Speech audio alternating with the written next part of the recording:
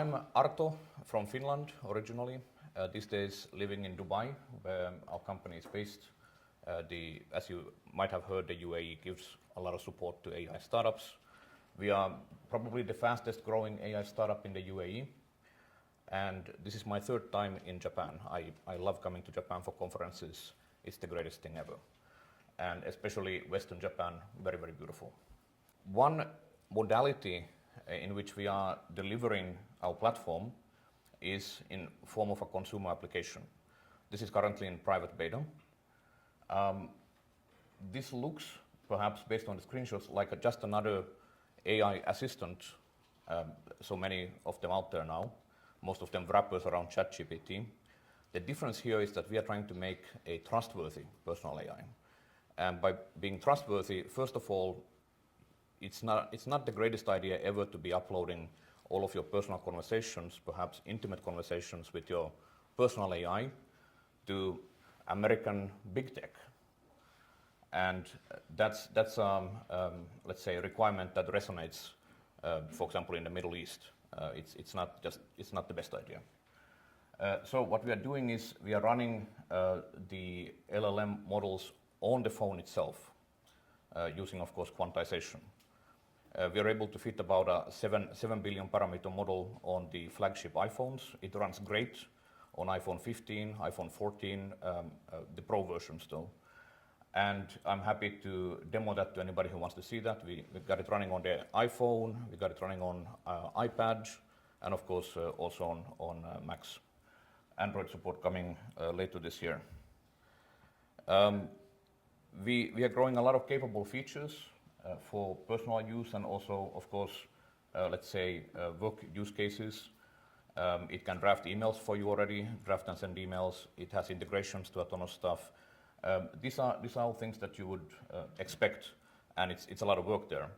None of this is per se AI on this side of things. This is just engineering and a lot of boring engineering, integrations to hundreds or thousands of services and other applications that, after all, applications for the last 10 years, they've gotten away with being data silos.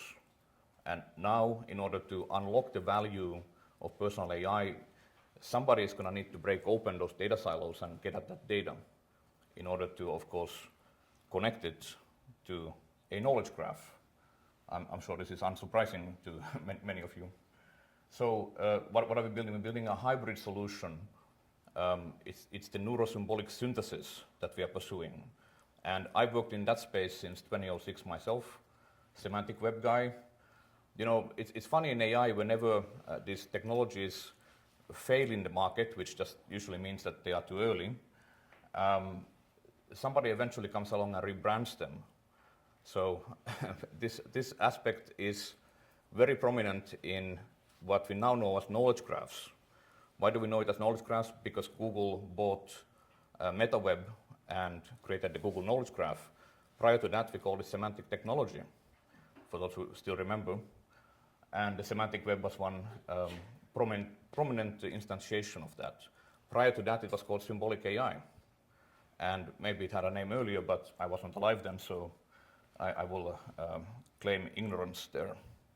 So what are we doing? We're putting a graph database on your phone, and we're putting a private foundation model on your phone. And we are capturing knowledge from your conversations with your personal AI. And we are storing that as triples, as ultimately RDF statements in the graph database. And then we are, similar to what Microsoft recently announced with GraphRag, we are trying to come up with a catchier name than that, but we are, of course, utilizing the captured knowledge then in future interactions with the LLM. And our special focus is on social graph use cases, because all of us are carrying in the modern world a massive cognitive load far beyond what our ancestors encountered. I'm sure many of you know Dunbar's number, the hypothetical 150 people that we are meant to have meaningful connections with.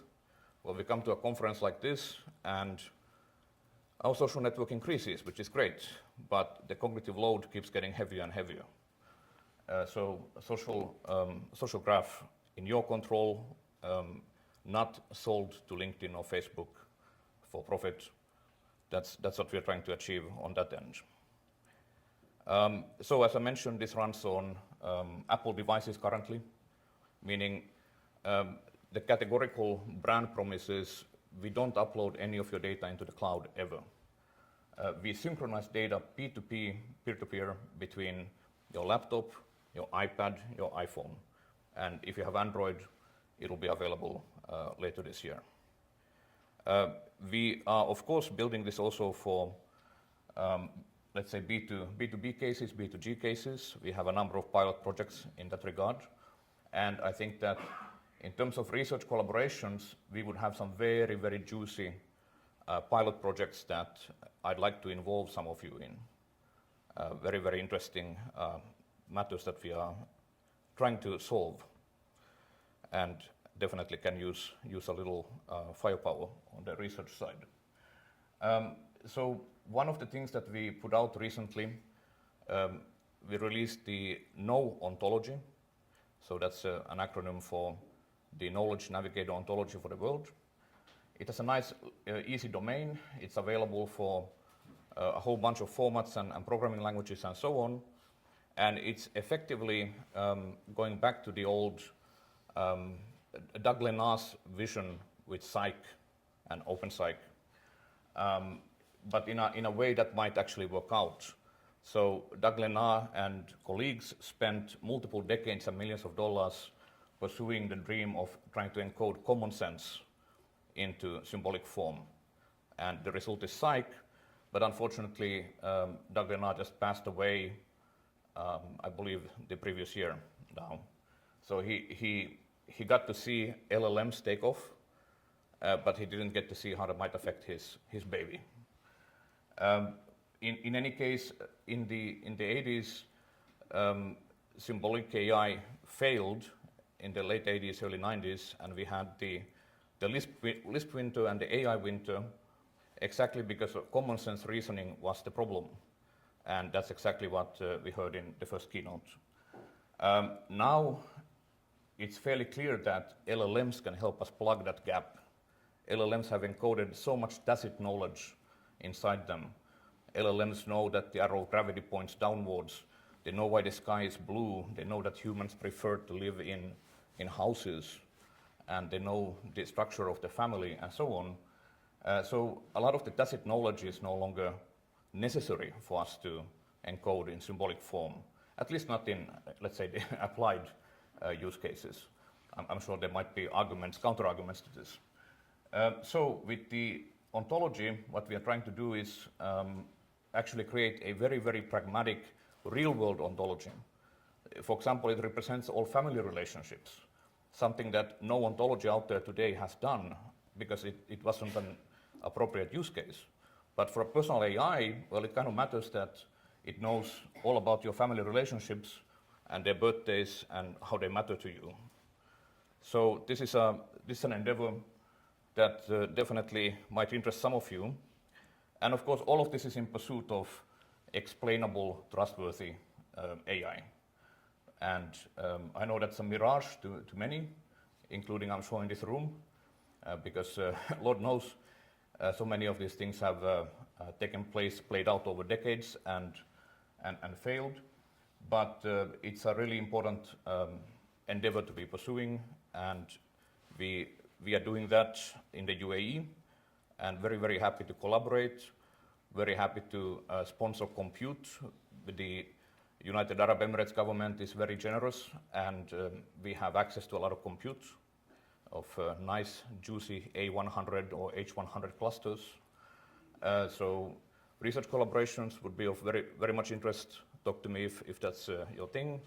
And we, of course, also recruiting. So PhD students and the like, whether they want to work on a research team, applied research, or whether they want to work in some other capacity, we'd love to at least interview them.